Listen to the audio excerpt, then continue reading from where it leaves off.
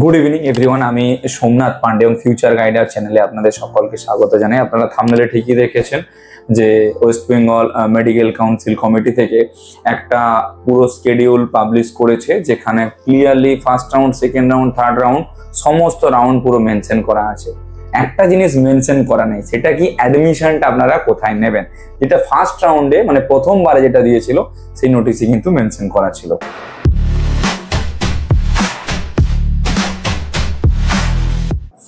দেখুন সবার শুরুতে যদি রাউন্ড ওয়ানের দিকে একটুখানি দেখি, দেখুন রাউন্ড ওয়ানে আপনার হচ্ছে যে রেজিস্ট্রেশনের টাইমিং দিয়েছে 31 তারিখ থেকে 12 তারিখ পর্যন্ত, অর্থাৎ 12 তারিখ পর্যন্ত WBMCC রেজিস্ট্রেশন চলবে। ফি পেমেন্টটা আপনারা 12 তারিখ পর্যন্ত করতে পারবেন আগস্ট মাসে। ভেরিফিকেশনটা আপনারা করতে পারবেন 13 তারিখ পর্যন্ত, অর্থাৎ 13 তারিখ পর্যন্ত আপনাদের ভেরিফিকেশনের টাইমিং আছে।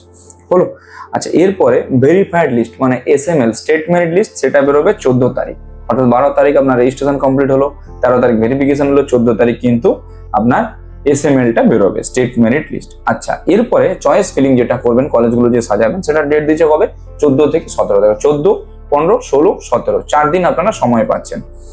এরপরে রেজাল্ট যেটা বেরোবে সেটা কখন বেরোবে, সেটা বেরোবে 20 তারিখ, অর্থাৎ আগস্টের 20 তারিখে বেরোচ্ছে রেজাল্ট।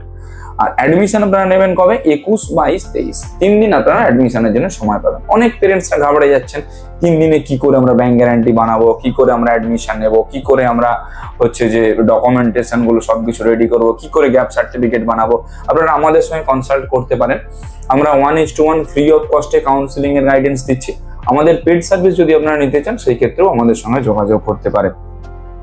আচ্ছা সেকেন্ড রাউন্ডের সেম একই রকম ভাবে দিয়েছে, থার্ড রাউন্ডেরও সেম একই রকম ভাবেই দিয়েছে। যেটা মূল দেখার বিষয়, দেখুন ফার্স্ট রাউন্ডে বড় বড় করে এখানে লেখা রয়েছে the reporting and admission of allotted candidates to the allotted institute for all private colleges, the admission process will be in different government medical colleges in Kolkata.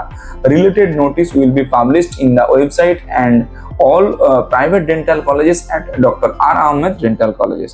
এবারে তার রিকোয়ার্ড ডকুমেন্টস, রিকোয়ার্ড বন্ডস এই সমস্ত জিনিসগুলো দিচ্ছে। তার মানে কি দেখুন এইখানে কিন্তু এটা মেনশন করেনি যে আপনার অ্যাডমিশনটা এক্স্যাক্টলি কোন গভর্নমেন্ট কলেজে গিয়ে হবে, সেটাও কিন্তু আপনাকে অ্যালার্ট থাকতে হবে আপনার কোন গভর্নমেন্ট কলেজে অ্যাডমিশন হবে। তবে আমরা আশা রাখছি কলকাতার মধ্যেই কোনো না কোনো একটা গভর্নমেন্ট কলেজে দেবে আপনার অ্যাডমিশনটা, সেটা আপনার অ্যালটমেন্ট লেটারে লেখা থাকবে। তবে আপনাকে একটু অ্যালার্ট থাকতে হবে আগে থেকে। তবে এইখানে অনেক পেরেন্টসদের এই জিনিসটাও হয়তো আসতে পারে যে আমি থাকি মুর্শিদাবাদে, আমি কলকাতায় আসবো কি করে, আমাকে আগে থেকে টিকিট কাটতে হবে, কোথায় আমি অ্যাডমিশনটা নেবো সেটা যদি না জানতে পারি, ডোন্ট ওয়ারি, প্যানিক হওয়ার কোনো প্রয়োজন নেই। তার আগে থেকে আপনাকে ইনফর্ম করে দেওয়া হবে। যদি আপনারা কোনো কাউন্সিলরের হেল্প নিয়ে থাকেন তাহলে সেই কাউন্সিলরের রেসপন্সিবিলিটি আপনাকে সব জিনিসটা পুরোপুরিভাবে জানিয়ে দেওয়া।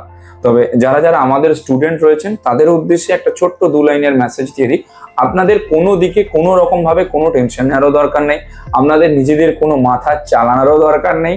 পুরোটাই আপনাদের হয়ে আমরা যেহেতু সিচুয়েশন হ্যান্ডেল করছি, আমরাই আপনার পুরো সমস্ত দায়িত্ব নিয়ে কাজকর্ম কমপ্লিট করে দেবো। কোনো দিকে কোনো টেনশন নেওয়ার দরকার নেই, একদম নির্দ্বিধায় থাকুন সমস্ত জিনিসগুলো নিয়ে। ভিডিওটা কেমন লাগলো একটু জানাবেন, যদি একটু ইনফরমেটিভ বলে মনে হয় তাহলে সকলের সঙ্গে শেয়ার করে দেবেন। Thank you.